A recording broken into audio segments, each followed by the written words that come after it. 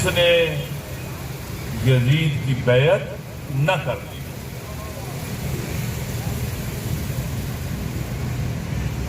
یعنی انسانی معاشرہ اسلامی معاشرہ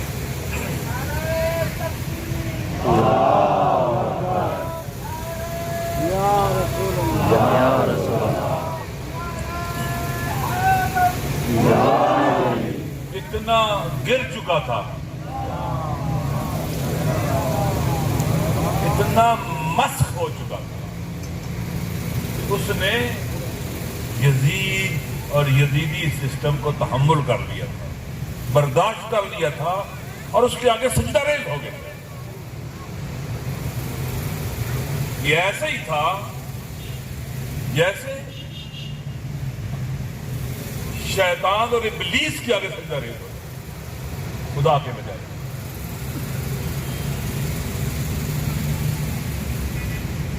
اور ستم بالا ستم یہ تھا کہ اس سسٹم نے, اس یزیدی سسٹم نے اسلام کا نقاب اوڑھ رکھا تھا.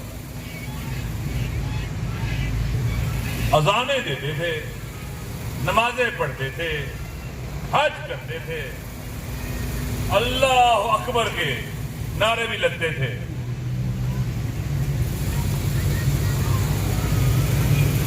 معاشرہ, انسان, سوسائٹی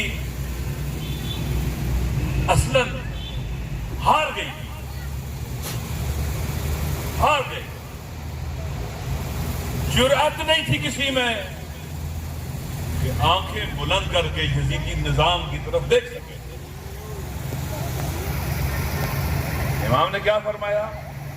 انما خرجت, جب نکلے وصیت نامہ لکھا ہے اس میں کیا لکھتے ہیں؟ انما خرجت لطلب الاصلاح فی امت جدی, میں اپنے جد کی امت کی اصلاح کا مطالبہ لے کر اٹھا ہوں.